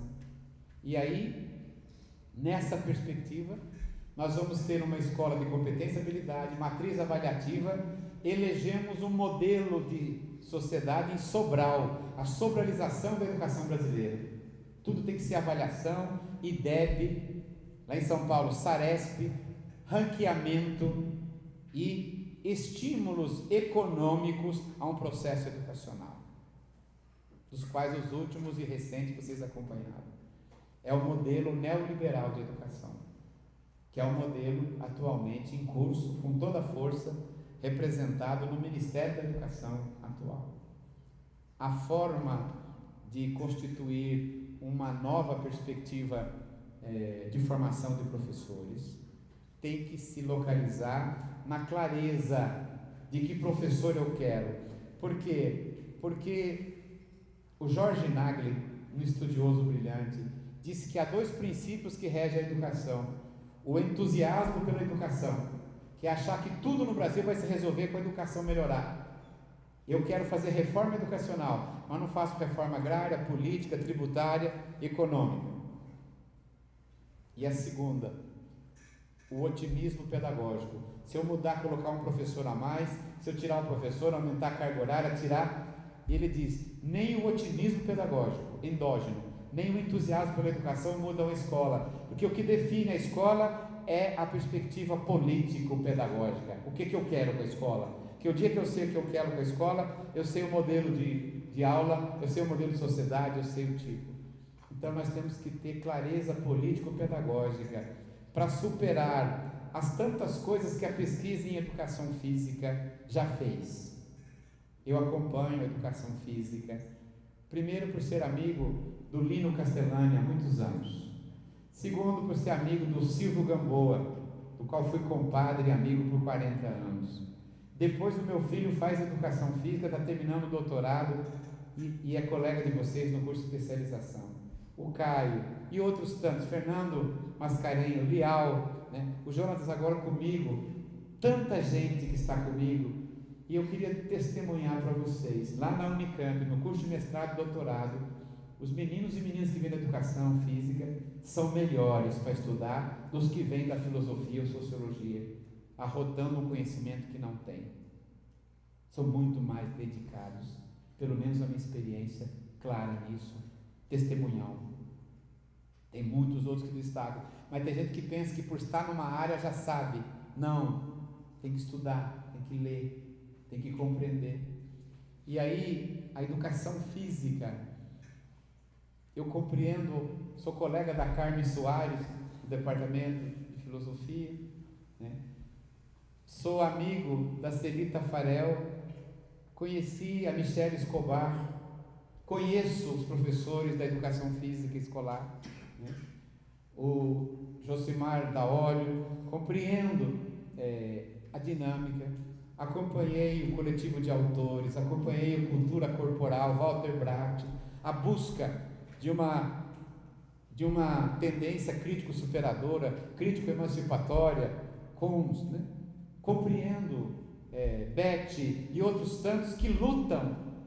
Alguns acham que a educação física tem que ser uma teoria científica, se aproximar da ciência, e aí é um campo que, se a gente não entrar com grande fortaleza, a gente cai no colo do positivismo. Tem que ter um outro conceito de ciência, omnilateral e dialética, e não uma ciência na epistemologia positivista. E alguns também querem dizer que a educação física escolar, ela tem que ter somente uma teoria pedagógica, é uma teoria político-pedagógica. Tem que ter uma concepção histórico-política, ontológico-social, que sustente a pedagogia. Porque pedagogias por pedagogia nós temos uma miríade de disposições. Fenomenológico-hermenêuticas, crítico-dialéticas, não diretivas, pedagogias não diretivas, crítico-reprodutivistas. Então, para olhar o objeto da especificidade da educação física, é preciso um profundo mergulho na história da educação, na filosofia política da educação, na história da educação física, né? A verdade é que não se conhece. É claro que os anos 80, todos nós queríamos fazer a crítica da repressão histórica. Lá na educação, Saviani queria encontrar um nome para a pedagogia dele, centrada no materialismo dialético e particularmente na leitura de Gramsci. Então ele criou pedagogia histórico-crítica. O Libânio, amigo, 83 anos hoje, amigo do Saviani, mas eu queria um novo nome, pedagogia crítico-social dos conteúdos. Eles querem a mesma coisa, mas por outros caminhos. Eu não quero perder a palavra conteúdo, eu queria a palavra crítico-social e não uma crítico-dialética. Eles estão em campos próximos, mas têm diferentes nomenclatura. Nós vamos ter outros que buscam outras nomenclaturas. E me pareceu que um momento da educação física, a luta foi tão grande, parecia que era uns contra os outros, mais exegético do que política. Ah, mas você tem esse conceito, eu tenho outro. Depois que a gente viu, né, o Monstro da Lagoa 2016 para cá, nós temos que nos juntar mais do que nos separar, ver emergir o Monstro da Lagoa. É preciso encontrar mecanismos dialogais, respeitar tudo que foi feito na educação física. Se há um campo que buscou encontrar a sua identidade, foi a educação física. Se há um campo que fez pesquisas, uma mais criteriosa que a outra, foi a educação física. E a ideia de encontrar a especificidade da educação física, ela nem é só cultura corporal, que a cultura corporal tem um avanço profundo, mas às vezes pode cair na etnografia, pode cair numa visão idealista, fenomenológica. Não é somente teoria científica, empírico-analítica, porque daí pode cair na biomecânica. Então, a educação física está ainda à procura de uma melhor disposição. É preciso hoje, eu diria, uma compreensão histórico-social. da sua produção. Assim como a pedagogia histórico-crítica de Saviani não é hegemônica, nem a crítica social dos conteúdos. E a gente avança e a pedagogia freiriana, que se distingue como pedagogia popular, ela precisa estar junto, precisa estar próximo. Miguel Arroio luta pela resistência, Celso Vasconcelos e outros tantos educadores. Então, eu pensei, Jonatas, em ver a grandeza do debate da educação física. Evitar duas coisas que o Marx falava do Proudhon: o charlatanismo na ciência e a conciliação na política. Evitar o charlatanismo e a conciliação, mas o que for de boa intenção, que venha, que se abra e que debata. E talvez seja um certo idealismo meu, porque eu já tenho 66 voltas ao redor do Sol. Eu já poderia me aposentar, mas não vou aposentar por causa dos netos. Tem um mundo para mudar. Só saio na compulsória, com 75. Né? Eu vejo que nós fizemos a luta política. Tivemos avanços e contradições, porque é assim que a história é. Particularmente numa sociedade complexa como é a sociedade de hoje. Mas nós criamos tantas coisas de natureza supraestrutural que a gente também tem que identificar. Eu, quando tinha a idade de muitos de vocês que estão começando aqui, militante, eu queria fazer o enfrentamento, a greve, a disposição, uma carta, uma palavra de ordem e virar um projeto de lei. Entregava para a Irondina, para qualquer um, ia no gabinete, fazia de tudo. Hoje eu acho que a gente tem que continuar fazendo isso, mas eu inverti a estratégia. Eu quero que as leis virem prática social.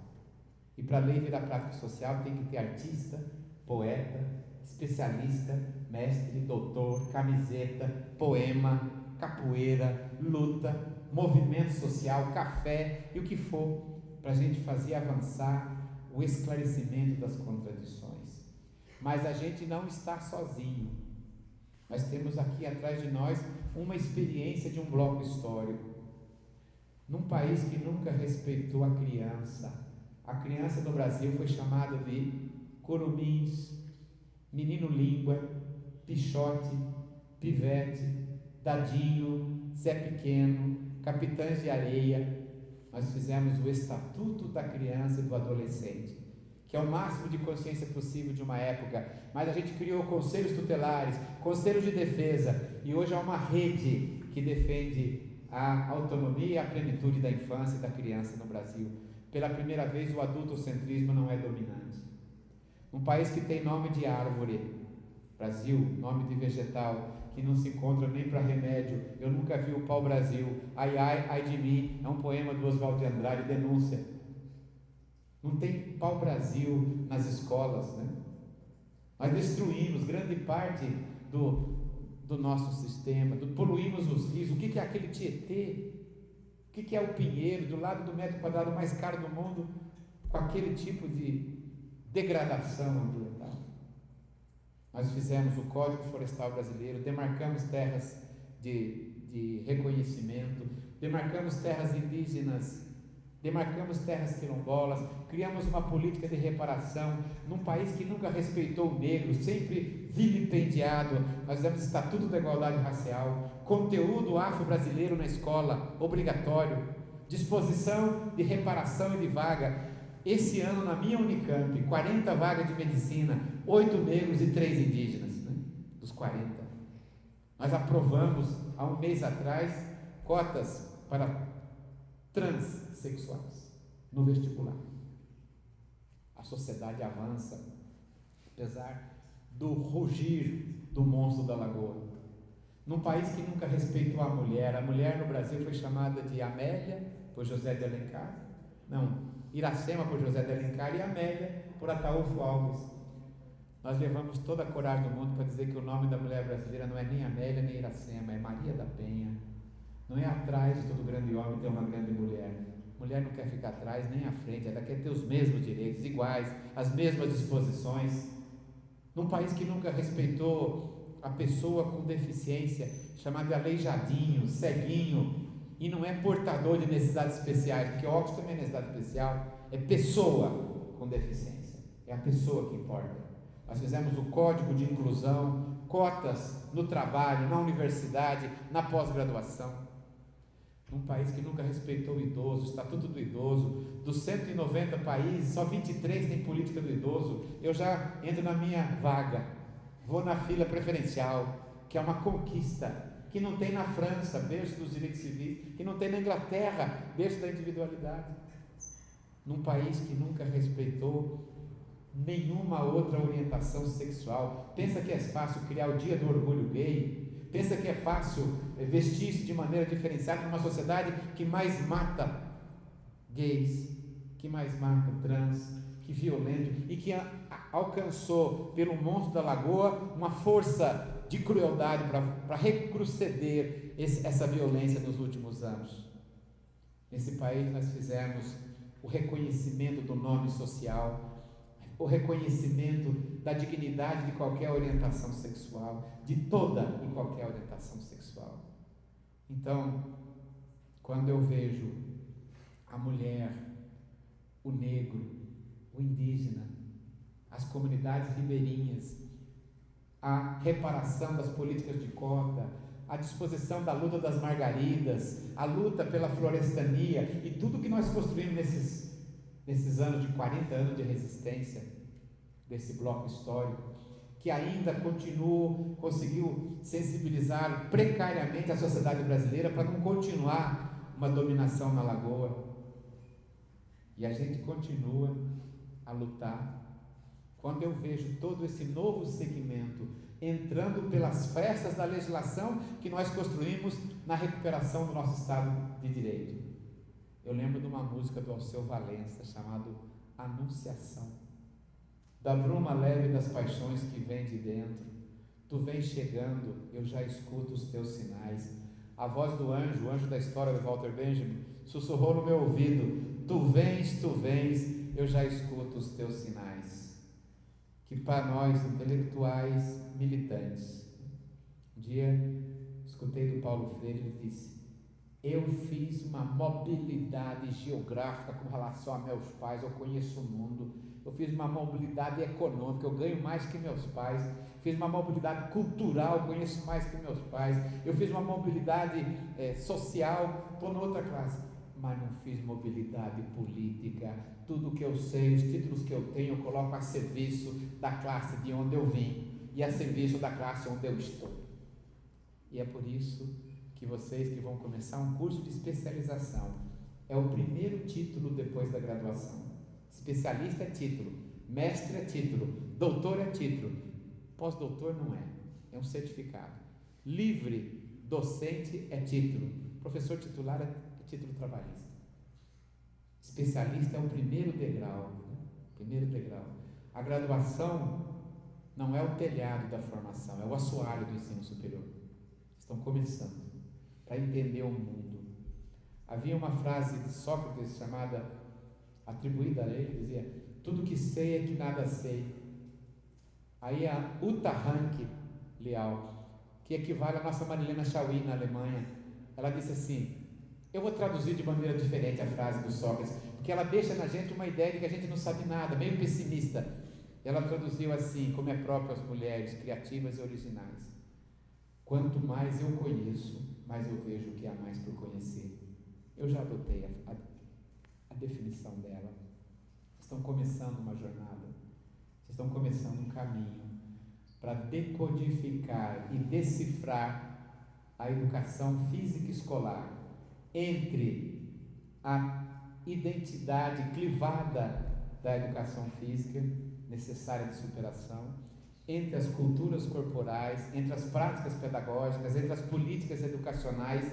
Existe um projeto político. Ele só se constituirá se ele estiver originariamente vinculado às camadas subalternizadas, como dizia o Gramsci, que era tão belíssimo quando dizia: pessimismo da inteligência, passe tudo pelo crivo da razão, mas otimismo da vontade, amanhã pode ser diferente.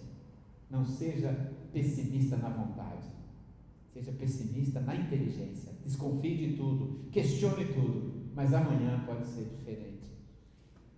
A última coisa que eu queria lhes deixar é a lembrança de um mito grego, Édipo, rei. Quando Édipo, depois da luta dele, que ele escapa, que o homem não o mata e que ele foge, ele tem que se apresentar diante da esfinge. E a esfinge é um animal mitológico que tinha o rosto de gente, o corpo do leão e as garras da águia. Eu imagino que o mitólogo que escreveu queria dizer, ela parece humana, mas é mais selvagem que o leão e mais violenta que a águia, traiçoeira que a águia.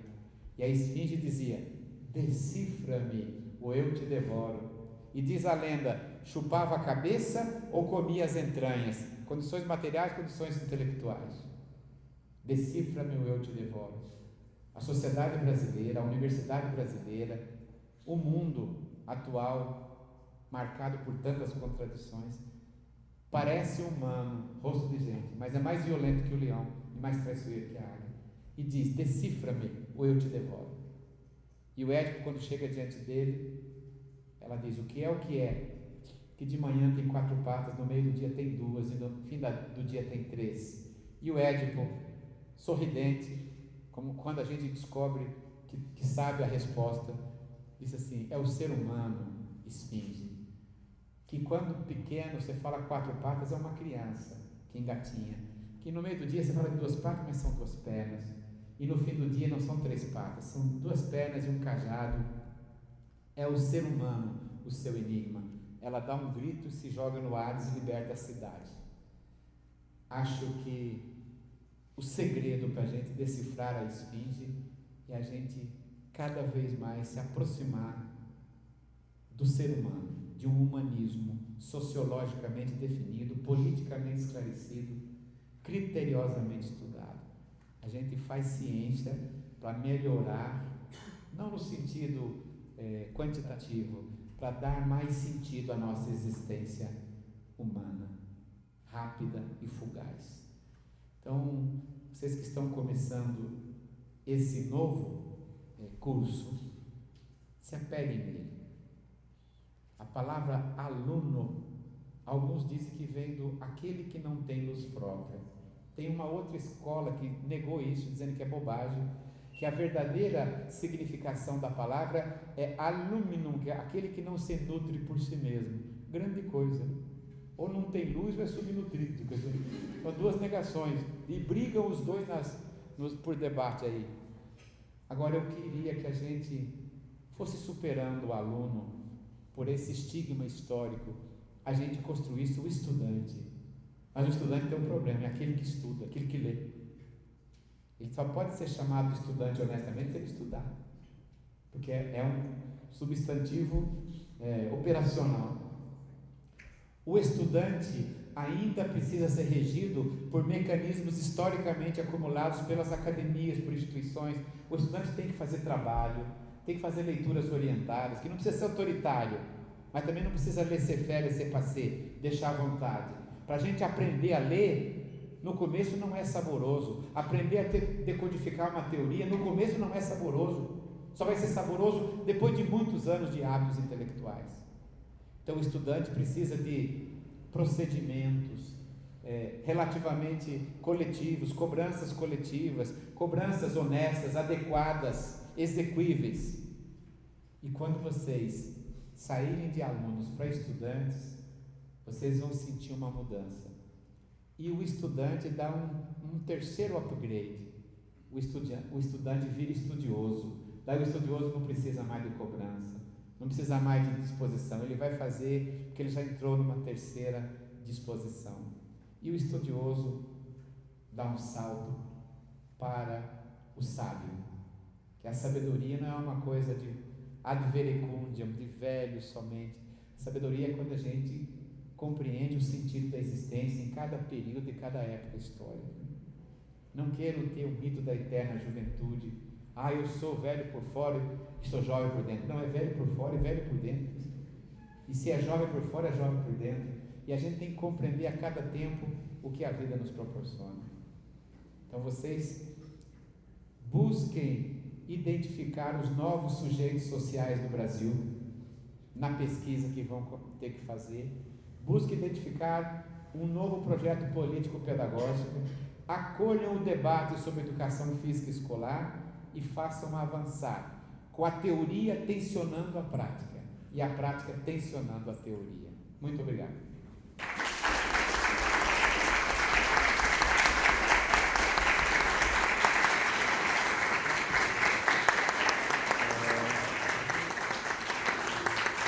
Muito obrigado, menino.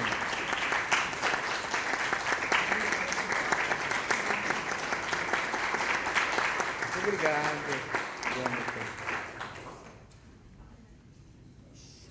Gente, eu vou ser bastante breve, eu acho que tem um encaminhamento. Eu vou tomar um pedacinho da fala do professor César Nunes para propor um encaminhamento para a gente, né?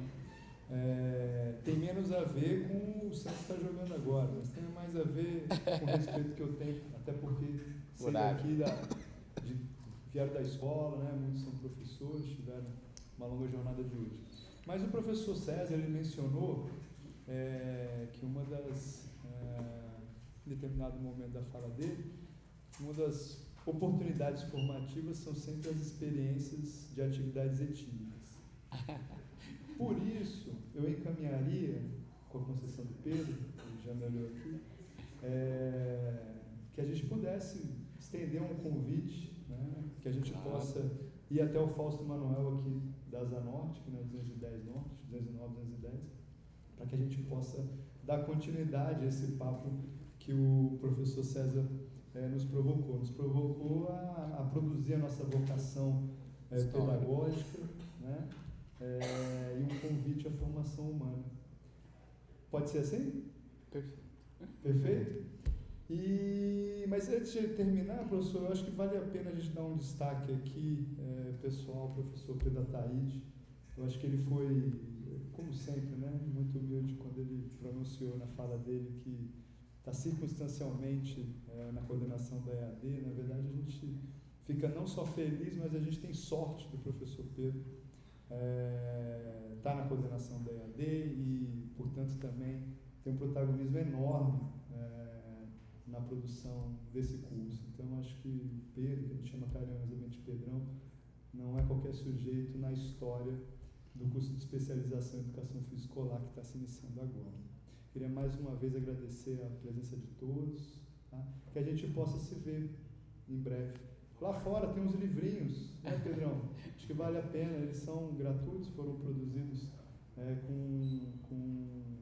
Tem algum informe, Pedrão? Não, só pode ser que alguém precise de algum tipo de certificação, alguma coisa aí, usar esse QR Code para... Ok, nas paredes, fixado nas paredes, tem um QR Code. Quem precisar de certificação pode fazer uso desse QR Code para que a gente possa produzir tal certificado. Tranquilo? Então eu espero todos vocês lá no Fausto Manuel para a gente continuar etilicamente tudo aquilo que o professor César Nunes nos provocou. Mais uma vez, muito obrigado. Espero revê-los aí em tempo ao longo do curso. Muito obrigado. Obrigado, Ô, Jana, que lindo. Obrigado, professor.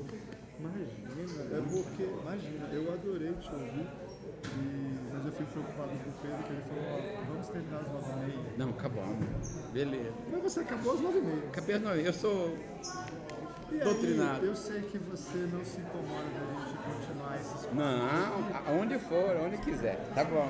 Obrigado. Obrigado. E eu tenho certeza que eu fiz uma mensagem.